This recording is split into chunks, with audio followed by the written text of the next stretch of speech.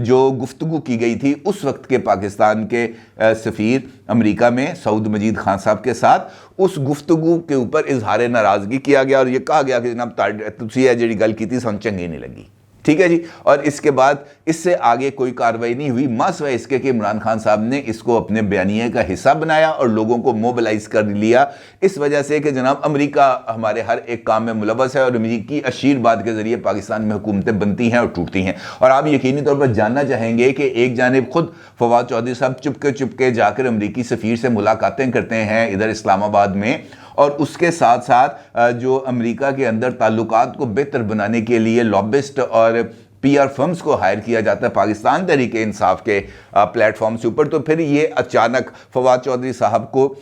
کہ یہ جو ابال اٹھا ہے یہ کیوں اٹھا ہے؟ یہ ایک بنیادی چیز ہے کہ ایک مرتبہ پھر انہوں نے امریکی سازش کے بیانیے کو زندہ کیا یہ کہتے ہوئے کہ جناب ہم نے ثبوت پیش کیے تھے، لیکن وہ ثبوت اس کے بعد نہ سپریم کورٹ میں جب عارف علوی صاحب نے خط لکھا سپریم کورٹ آف پاکستان کو کہ جناب اس سائفر کا نوٹس لیا جائے، تو اس ثبوت کی کوئی ہلکی سی جھلک بھی اس خط کے اندر بھی شامل نہیں تھی۔ اس کا مطلب یہ ہے کہ وہ تمام کے تمام ثبوت اس وقت عمران خان صاحب کے پاس ہی موجود ہیں یا فواد چودھری صاحب نے وہ ثبوت دیکھے ہیں، اور ان ثبوتوں کی بنیاد پر اب اس وقت یہ جو معاملات ہیں ان کو الجھانے کی کوشش کیوں کی جا رہی ہے؟ اس کی ایک وجہ تو میں آپ کے سامنے رکھ رہا ہوں، بلکہ دو وجوہات ہیں۔ نمبر 1، اس وقت پاکستان آئی ایم ایف کے شدید ترین دباؤ میں،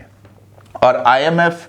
جو ہے اس نے پاکستان کے لیے 9th ریویو کے تحت $1.7 بلین کی قسط جاری کرنی ہے۔ وہ ایگریمنٹ جو عمران خان صاحب کی حکومت نے کیا تھا، اور وہی ایگریمنٹ ہے جس کو عمران خان صاحب کی حکومت نے جاتے جاتے توڑ دیا تھا، اور اس کے بعد اس ایگریمنٹ کو دوبارہ ریوائیو کرنے کے چکر کے اندر آئی ایم ایف کی طرف سے مزید شرائط عائد کی گئیں، کیونکہ ان کا یہ کہنا تھا کہ آپ لوگ قابل بھروسہ نہیں ہیں، جو چیز آپ طے کرتے ہیں آپ اس سے پیچھے ہٹ جاتے ہیں، لہٰذا اب آپ کو اس سے زیادہ آگے بڑھ کر ہمارے لیے کام کرنا پڑے گا۔ اور اسی دوران بہت زیادہ پس منظر میں کوششیں کی گئیں کہ پاکستان کو کسی نہ کسی طریقے سے آئی ایم ایف سے ریلیف ملے، بلکہ خود جب وزیر خارجہ گئے تھے امریکہ کے دورے پر اور وہاں پر ان کی اینتھنی بلنکن کے ساتھ ملاقات ہوئی تھی، اس ملاقات میں بھی وزیر خارجہ بلاول بھٹو صاحب نے اینتھنی بلنکن صاحب سے اس بارے میں درخواست کی تھی کہ پاکستان کو معاشی پرابلم سے نکالنے کے لیے امریکہ آئی ایم ایف کے اوپر اپنا اثر و رسوخ استعمال کرے۔ اس کے بعد جب چیف آف آرمی سٹاف اس وقت کے جنرل باجوہ اپنے آخری دورے پر امریکہ گئے تھے، تو وہاں پر بھی انہوں نے امریکی انتظامیہ سے اس بارے میں ریکویسٹ کی تھی کہ آئی ایم ایف کو پاکستان کے معروضی حالات کے تحت ان کو تھوڑا سا اپنے رویے میں نرمی لانی چاہیے، لیکن وہ نرمی آتی ہوئی نظر نہیں آ رہی تھی، کیونکہ دوسری جانب عمران خان صاحب نے ایکسیلیٹر پہ پاؤں رکھا ہوا تھا، وہ مسلسل امریکہ کیے جا رہے تھے، اور اس چکر کے اندر جو دو طرفہ تعلقات تھے وہ مسلسل خراب ہوتے چلے جا رہے تھے۔ اب ریسنٹلی جو ایک شٹل ڈپلومیسی ہوئی ہے ہنا ربانی کھر صاحبہ کی طرف سے بھی اور بلاول صاحب کی طرف سے بھی اور شہباز شریف صاحب کی طرف سے بھی اور دیگر جو اس کے اندر لوگ انوالو تھے، اس چکر کے اندر کچھ اس بات کی امید پیدا ہوئی تھی کہ پاکستان اور امریکہ کے درمیان جو تعلقات کے اندر کچھ جو اتار چڑھاؤ آیا تھا اس کے اندر کچھ کمی لائی جائے، اور یہی وجہ ہے کہ اسی شٹل ڈپلومیسی کے ذریعے امریکہ نے پاکستان کو اس بات کے لیے اس بات پر کوئی انہوں نے روک ٹوک نہیں کی تھی کہ پاکستان اگر رشیا سے اگر اس کو سستا تیل ملے تو وہ اپنی اکانومی کی بری صورتحال کے تحت وہ آئل وہاں سے لے سکتا ہے، جس کے بعد حکومت نے رشیا کے ساتھ گفتگو کو آگے بڑھایا۔ اب یہ جو سارا سینیریو ہے، اس سینیریو کے اندر یہ جو بم پھوڑا ہے heart talk B B C کے پلیٹ فارم کو استعمال کرتے ہوئے فواد چودھری صاحب نے، اس کا مطلب یہ ہے کہ وہ یہ چاہ رہے ہیں کہ اس وقت پاکستان جو اکنامک ریوائیول کی جنگ لڑ رہا ہے اس کے اندر ہرڈل کریٹس ہو، اور خاص طور پر اس موقع کے اوپر یہ بات کو اچھالا گیا ہے جب chief of army staff general Asim Munir صاحب سعودی عربیہ کے دورے پر ہیں، اور سعودی عربیہ کے آئل پروڈکشن کے ایشو کو لے کر امریکہ کے ساتھ بھی اس وقت کچھ ٹھنی ہوئی ہے۔ اس سچویشن کے اندر اس والی بات کو اچھالنا اور اس کو یہ اینگل دینا کہ ہمارے پاس ثبوت تھے، تو انفیکٹ ایک جانب چیف آف آرمی سٹاف کے دورہ سعودی عربیہ پر اثر انداز ہونے کی کوشش کی گئی، اور اس کے ساتھ ساتھ جو پاک امریکہ تعلقات کے اندر ایک مرتبہ پھر ذرا تھوڑا سا جو جس ہم کہتے ہیں ٹھہراؤ آیا تھا اس کو خراب کرنے کی کوشش کی گئی۔ فواد چودھری صاحب نے صرف اسی ایک نقطے پر جو ہے وہ بس نہیں کیا، بلکہ انہوں نے اگلے ہی رو میں اس بات کا بھی انکشاف کیا کہ عمران خان صاحب کی حکومت کو گھر بھیجنے میں صرف جنرل باجوہ کا رول نہیں تھا، بلکہ اس سازش کے اندر اس آپریشن ریجیم چینج میں کچھ اور جرنیل بھی شامل تھے، آلدو کہ انہوں نے باقی جرنیلوں کے نام نہیں لیے کہ اس آپریشن رجیم چینج کے اندر اور کون کون سے جرنیل انوالو تھے، انہوں نے اس بات کا ذکر نہیں کیا، لیکن یقینی طور پر اگر اس سارے عمل کو دیکھا جائے تو ان کا اشارہ کس طرف ہے، یہ کوئی ڈھکی چھپی بات نہیں ہے، کیونکہ عمران خان صاحب نے جس طریقے سے پاکستان کی نئی اسٹیبلشمنٹ کو ٹارگٹ کرنا شروع کیا ہے، جس طریقے سے ان کی نیوٹرلٹی کے اوپر سوال اٹھانا شروع کیے ہیں، جس طریقے سے ان کے طرف سے یہ الزامات آئے ہیں کہ جناب یہ جو اسٹیبلشمنٹ ہے یہ پولیٹیکل انجینئرنگ کر رہی ہے، یہ پیپلز پارٹی کو پنجاب میں کھڑا کرنا چاہ رہی ہے، یہ چاہ رہی ہے کہ پرویز الہی صاحب اعتماد کا ووٹ نہ لیں، یہ چاہ رہی ہے کہ 3 جو اراکین اسمبلی ہیں ان کے ساتھ رابطہ کیا گیا، ان سے کہا گیا کہ آپ نیوٹرل رہیں، تو اس کا مطلب یہ ہے کہ فواد چودھری صاحب عمران خان صاحب کی طرف سے جو انہوں نے بیانیہ اپنایا تھا اسی بیانیے کو لے کر انٹرنیشنل فورم کے اوپر آگے بڑھ رہے ہیں، یہ سوچے بغیر کہ اس سارا جو عمل ہے اس کے کیا نتائج حاصل ہوں گے۔ اگر دیکھا جائے تو یقینی طور پر اس وقت پاکستان شدید ترین معاشی بحران کا شکار، اور میں کئی مرتبہ اس پلیٹ فارم کے اوپر یہ بات کر چکا ہوں کہ یہ وہ موقع نہیں ہے جہاں پر ہم ایک دوسرے کا گریبان پکڑے، جہاں عمران خان صاحب شہباز شریف کو چور کہیں، شہباز شریف عمران خان کو پاگل کہیں، یہ وہ ٹائم نہیں ہے جہاں پر اس طرح کی گفتگو کی جائے، یہ ٹائم ہے ایک دوسرے کے ہاتھوں میں ہاتھ ڈال کر کھڑے ہونے کا اور اس بات کے عزم کے اظہار کا کہ نہیں جناب، سیاست کے اندر ہم ایک دوسرے کے خلاف ہو سکتے ہیں، لیکن جہاں پر ملک کی سروائیول کا معاملہ ہے، ملک کی بقا کا معاملہ ہے، ملک کی معیشت کے درپیش چیلنجز کا معاملہ ہے، اس ایک معاملے پر ہم سب کٹھے ہیں، ہم میں کوئی اختلاف نہیں ہے، چاہے وزیراعظم شہباز شریف ہے، چاہے وزیراعظم کوئی بھی ہے، ہم اس جو ڈوبتی ناؤ ہے معیشت کی، ہم اس کو باہر نکالنے میں بھرپور طریقے سے ساتھ دیں گے۔ اس طرح کے طرز عمل کی اس وقت پاکستان کو اشد ضرورت ہے، لیکن اس موقع کے اوپر بھی اگر اس طرح کی بات کی جا رہی ہے کہ امریکہ نے پاکستان میں حکومت کو ہٹایا، امریکہ کون ہوتا ہے پاکستان کی حکومت کو ہٹانے والے؟ یقینی طور پر امریکہ کوئی نہیں ہوتا پاکستان کی حکومت کو ہٹانے والے، بلکہ کوئی بھی نہیں ہوتا۔ پاکستان کے اندر یہ حق صرف اور صرف پاکستان کی عوام کو حاصل ہے، ایون پاکستان کی اسٹیبلشمنٹ کا بھی یہ حق نہیں ہے کہ وہ پاکستان کے سیاسی معاملات میں مداخلت کرے، حکومتیں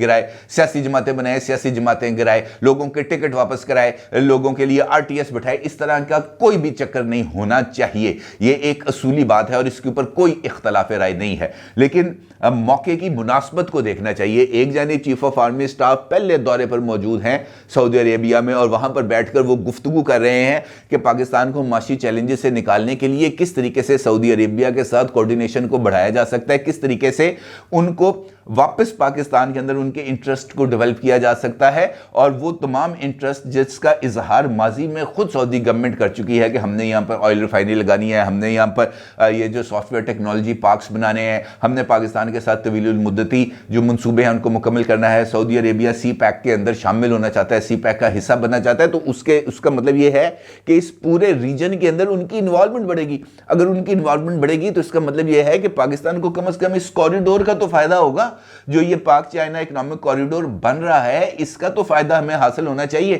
اور یہ اگر کوریڈور بن جاتا ہے تو صرف یہاں سے گزرگاہ کے لیے اس کو استعمال کرنے کی جو رائلٹی ہے وہ ہمارے بے شمار مسائل کا حل کر سکتی ہے، لیکن ہر ایک جگہ پر اگر ہم نے رکاوٹیں کریٹ کرنی ہے تو پھر اس کا نتیجہ یہی نکلے گا جو اس وقت ہم بھگت رہے ہیں۔ یہاں پر معاشی سٹیبلٹی اس وقت تک نہیں آ سکتی جب تک اس طرح کی زبانیں بند نہیں ہوں گی، اور یہ زبانیں بند ہوں گی صرف اور صرف اس وجہ سے جب لوگ اٹھ کے کہیں گے کہ یار چپ کر کی تو پاگل والی گلا کری جا رہے ہیں۔ جب تک یہ والا رویہ نہیں آئے گا اس وقت تک ہم ایسے ہی بحرانوں کا شکار رہیں گے۔ اب عاصم منیر صاحب میں کا سعودی عرب جا کر وہ کس کے لیے کام کر رہے ہیں؟ پاکستان کے لیے کر رہے ہیں نا۔ اگر ان کی تھوڑی سی کوششوں کی وجہ سے، ان کے کچھ وہاں پر کیے جانے والی گفتگو کی وجہ سے، چند یقین دہانیوں کی وجہ سے پاکستان اگر معاشی مسائل سے باہر نکلتا ہے تو اس کے اندر عمران خان کو کیا پرابلم ہے؟ عمران خان کو پرابلم صرف اور صرف یہ ہے کہ اس کے نتیجے میں ان کے لیے اقتدار میں آنے کے راستے محدود ہو جائیں گے، کیونکہ وہ یہ سمجھتے ہیں کہ اگر موجودہ حکومت یا موجودہ اسٹیبلشمنٹ کے تعاون کے نتیجے میں پاکستان کی جو معاشی حالت ہے وہ سدھرنے لگ جائے گی تو اس کا سب سے بڑا سیٹ بیک ہوگا عمران خان صاحب کو، کیونکہ ان کے جھوٹ کے بیانیے سے ہوا نکل جائے گی۔ جیسے جیسے وقت گزرتا جائے گا ان کے لیے اپنی پولیٹیکل سروائیول کی جنگ لڑنا مشکل ہوتی چلی جائے گی، اور صرف یہی وجہ ہے کہ وہ کہتے ہیں اکانومی جائے بھاڑ میں، پاکستان کے مسائل جائیں بھاڑ میں، پاکستان کی عوام جائے بھاڑ میں، مجھے اقتدار چاہیے بس، اس کے علاوہ اور کوئی چیز نہیں ہے۔ اور یہی وجہ ہے کہ یہ جو جان بوجھ کر انٹرنیشنل فورمز کے اوپر پاکستان کو اس طریقے سے جسے ہم کہہ سکتے ہیں کہ موضوع بحث بنایا جا رہا ہے نیگیٹو انداز میں. آلدو فواد چودھری صاحب کو یہ بات کہنے کی ضرورت نہیں تھی کہ پی ٹی آئی کے ساتھ اتحادی جماعتوں کو اسٹیبلشمنٹ کنٹرول کر رہی تھی, حکومت برطرف کرنے میں سابق army chief general Qamar Javed Bajwa سمیت کچھ اور جرنیلوں نے کردار ادا کیا, پی ٹی آئی حکومت کو گھر بھیجنے میں امریکہ ملوث تھا اور ہمارے پاس اس بات کے ثبوت ہیں. تو اس کا مطلب یہ ہے کہ وہ یہ چاہتے ہیں کہ پاکستان بحرانوں سے نہ نکلے, جس کے نکلنے کی امید بنتی ہوئی نظر آ رہی ہے, اور وہ خاص طور پر وہ لون پیمنٹ $1 ارب کی, جس کا میں آپ کے ساتھ کئی مرتبہ ذکر کر چکا ہوں کہ پہلے ہفتے کے اندر ہمیں ادا کرنے تھے. حکومت پاکستان نے وہ $1 ارب کی جو لون پیمنٹ تھی وہ کر دی ہے. اس کا مطلب یہ ہے کہ اگلے چند ہفتوں کے اندر جو ہے چند دنوں میں یہ $5 ارب پاکستان کو مل جائیں گے, جس کے نتیجے میں پاکستان کے فارن کرنسی ریزروز بہتر ہوں گے, اور اسی پیسے کے آنے کے بعد آئی ایم ایف کی طرف سے ایگریمنٹ کو فائنلائز کیا جا سکے گا, کیونکہ اس کے لیے کچھ گارنٹیز چاہیے ہوتی ہیں کہ جناب آپ کے دوست آپ کے ساتھ تعاون کرنے کے لیے تیار ہیں, اور یہ اسی تعاون کے لیے یہ اتنی ساری تگ و دو ہو رہی ہے. یہ کسی کو شہباز شریف کو تاحیات اقتدار میں لانے کے لیے یا اقتدار میں رکھنے کے لیے نہیں ہو رہی, یہ پاکستان کو قائم الدائم رکھنے کی کوشش ہے, اور اس کے اندر سب کو ہاتھ بٹانا چاہیے. اس طرح کی بونگیاں مار کر, اس طرح کی لوز ٹاک کر کے پاکستان کو اس طریقے سے لافنگ سٹوک بنا کر ہم یقین جانیں کہ ہم اپنے وطن کی خدمت نہیں کر رہے, اس کی مشکلات میں اضافہ کر رہے ہیں. اپنی رائے کا ضرور اظہار کیجیے گا. آپ کو بہت شکریہ. اللہ حافظ.